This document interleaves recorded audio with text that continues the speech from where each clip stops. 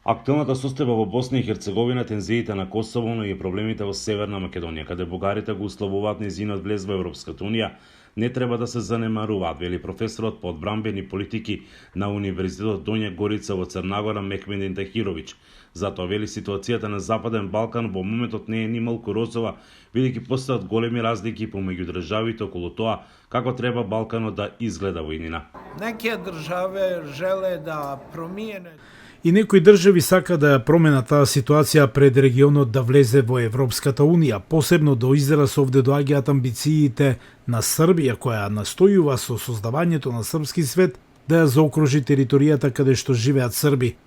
Многу големи проблеми имаме со остатокот на Босна и Херцеговина како сложена дејтонска држава, каде Република Српска на чело со председателот Додик отворено најавува излез од Босна и Херцеговина. Според него дестабилизацијата на Западен Балкан е повеќе од можна поради етничките тензии кои достигнуваат висок степен. Ali je došlo i do promjene orijentacije. Но доаѓа и до промена на ориентацијата на државите на надворешно политички план, и тоа не оди во прилог на стабилноста на тие држави. Сето тоа оди кон еден концепт на ревитализација, односно повторна промена на картата на Балканот, што по мене може да доведе до повторна војна на Балканот. На можна дестабилизација ова есен на внатрешен план во интервју за Глас на Америка предупреди и министерот за внатрешни работи Панче Тошковски. Претходно, такво стравување изнесе и премиерот Кристијан Мицкоски. Да, точно е.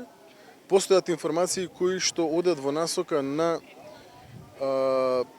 предизвикување на, да речеме, состојба во државата која што би требало да создаде немир врз основа на кој што би требало да се факторизираат одредени субјекти, политички субјекти кои што беа повеќе од 20 години на власт и за кои што е тешко да прифатат да бидат во опозиција.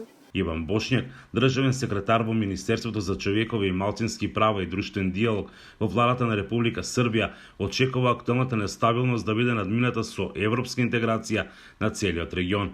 Србија као гарант Дејтонског споразума. Србија како гарант на Дејтонскиот договор ќе се труди да го зачува територијалниот интегритет на Босна и Херцеговина како соседна држава, но секако ќе продолжи да им помага на своите сонародници во Република Српска. Она што е приоритет е заштита на српскиот народ и другите интереси на Србија на територијата на Косово и Метохија. Се надеваме дека во иднина ќе се намалат овие безбедносни тензии и сите ќе се свртиме кон европската иднина. Периодот кој следи е многу важен за земјите од регионот, со здружување на силите и капацитетите полесно би се одговорило на сите предизвици со кои се соочува. Важно е меѓусебно интегрирање пред се заради постоечки регионални предизвици, но пред се и глобални предизвици. Прелевањето оди последователно, само со заеднички пристап, пред се стратешки пристап би можеле да очекуваме подобрување на регионалната безбедносна состојба и во Западен Балкан и пошироко. А кога безбедноста е доведена во прашање, не може да се зборува за странски инвестиции и слободен проток на граѓани, вели професорката. За Гласот на Америка, Мики Трајковски.